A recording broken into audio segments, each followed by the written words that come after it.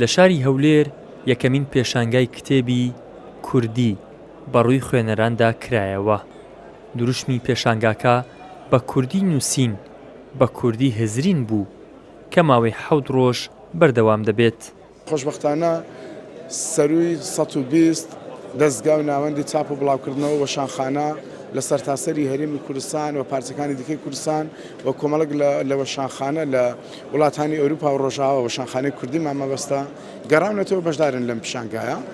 تەسەوەڕ دەکەم کە لەلایەن خەڵکیشەوە بۆی کە ئێستا لە یەکەم کاتژمێری کردنەوەی پیشانگاکەین جموجۆڵێکی باشەیە لەناو پیشانگاکە.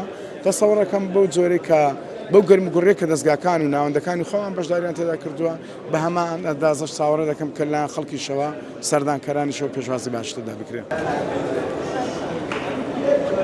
پێشانگاکە هەزاران ناونیشانی کتێب لەخۆ دەگرێت. داشکان بۆ کتێبەکان لە 30 بۆ لە 75 کراوە و ئەمەش دەرفەتێکە بۆ ئەوەی خوێنەران کتێبی دڵخوازی خۆیان تێدا بدۆزنەوە.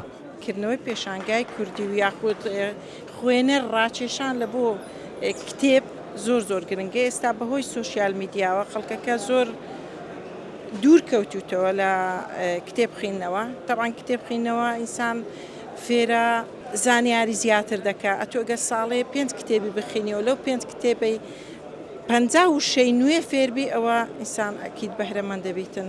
گەلی کورد و گەنجانی مسلمان بە دوای کتێبی ئاینی زیاتر وێڵن زیاتر ئەمە چکە لە قەومێکی مسلمانین و دایک و باوکمان و باپیرانمان مسلمان بووینە کتێبە ئاینەکان سەرنجمان ڕادکێشیتن.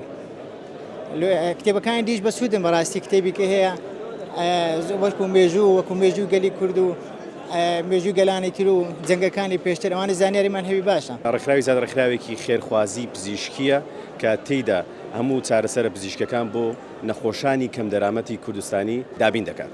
هەر بەشدار بووین لە پێشانگاکان. هەدەفمان ئەوەیە کە بتوانین زۆرترین پشکنین بۆ سەردانیکەران ئەنجام بدەین و هەموو پشکنینەکانمان بە خۆڕاییە. پێشانگاکە لە ناو پێشانگای نێودەوڵەتی هەولێر بەڕێوە دەچێت و ڕۆژانەش لە کاتژمێردەی بەیانی تاکو 8 شەو بەڕووی سەردانیکارانیدا کراوە دەبێت. ئیدریس محەممەد، کەناڵی ئاسمانی پەیام، هەولێر.